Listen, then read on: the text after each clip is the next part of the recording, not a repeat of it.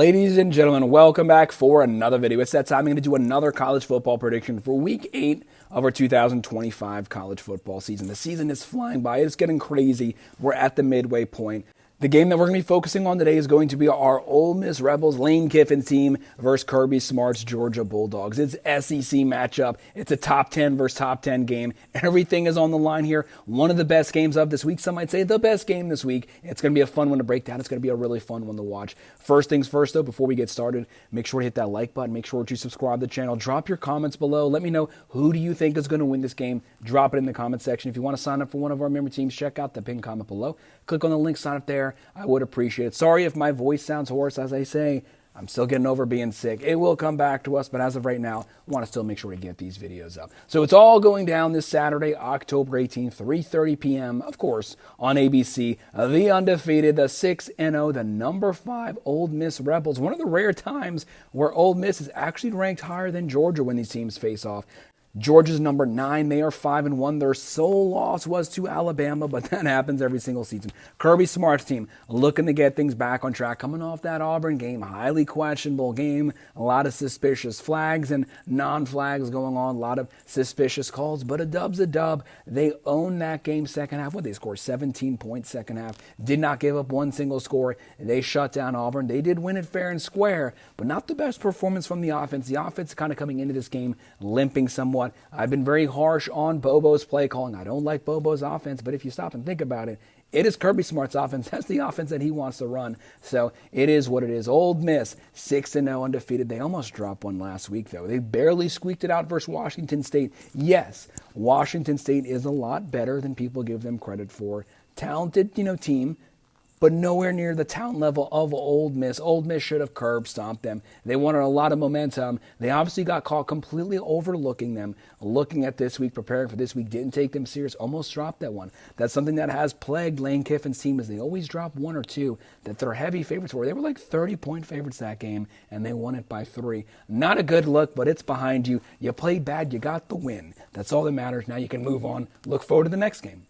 And that's, of course, this one, a tough one. Ole Miss won this one last season, and they won it handily. The Rebels last year had a top 10 overall defense, top 10 in tackles for a loss, sacks, quarterback pressure. They don't have that defense this season. A lot of those guys went off to the NFL. They still have a good defense. It's like top 25 right now. Not top 10, but this offense is efficient. Outside of that game from last week, this is a Lane Kiffin's team. You know they're going to score points. They're going to be multiple. They're going to be dual. They're going to be running, throwing, run, gunslinging up and down the field, scoring bunches of points. As long as their defense holds up just enough, Ole Miss can win this game. It's not implausible here. Do not underestimate this Rebels team.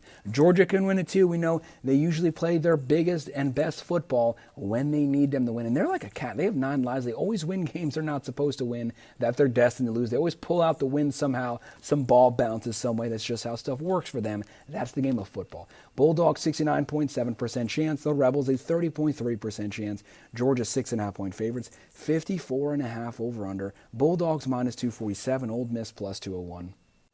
Don't forget Chambliss, who's going to be the starting quarterback for Ole Miss, was not the starting quarterback when the season started. His numbers look like he was. He wasn't. Didn't even play the first couple games. Right now, 13-yard passing yards, 7 touchdowns, 1 pick. He's also a dual threat quarterback. He will run, but his goal is to beat you with his arms. He's always keeping his eye looking down the field. Lacey closing in on 600 yards on the ground, 8 rushing touchdowns. How about Wallace III? 361 yards receiving. Overall, he has Stribling there to back it up. The second-string running back, Diggs. This team has talent. This team can score. What I fear, though, Georgia has a pretty good rush defense. They're going to look to take the run game away from Ole Miss, take the legs away from Chambliss, take Lacey away, and force Ole Miss into third and long situations. They want Chambliss to beat them with his arm in third and long situations. Will he be able to step up to do that? Georgia Stockton at the quarterback position, closing on 1,300 yards, 6 touchdowns, 1 pick. Hasn't quite lived up to the last couple quarterbacks. Definitely hasn't lived up to the stats that Carson Beck was putting up. In big moments, he has played well, but nothing really off the board, nothing that really stands out to you. More leaning on the overall talent of this roster,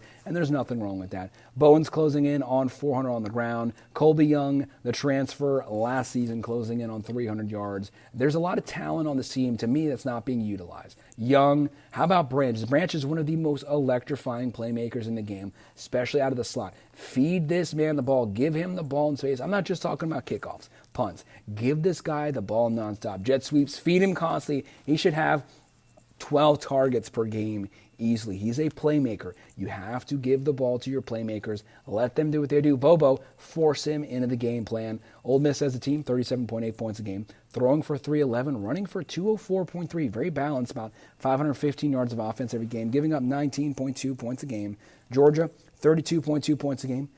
Throwing for 228.5, running for 185.5, giving up 17 points a game, only 91.7 on the ground. That's when I said Georgia, pretty good rush defense, pretty good front seven. I'm kind of was leaning for a while Ole Miss winning back-to-back games versus the Georgia Bulldogs. But at Athens here, Georgia at home, yes, that long home game winning streak was snapped, but they're looking to get that restarted here. And with things bouncing their way this season, this is not the most talented Georgia team that we've seen. It's probably the least talented one that we've seen in the last 5 years, but they might still be able to get their way to the playoffs just based off of the overall talent on this team.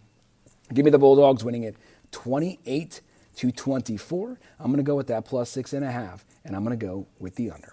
Guys, that's our breakdown, our prediction for our Rebels versus Georgia Bulldogs matchup. Make sure to hit that like button. Make sure to subscribe to the channel. Drop your comments below. Who do you think is going to win it? I'll leave it in the comments section. If you want to sign up for one of our member teams, check out the pinned comment below. Click on that link, sign up there, and I would definitely appreciate it. Thanks for watching.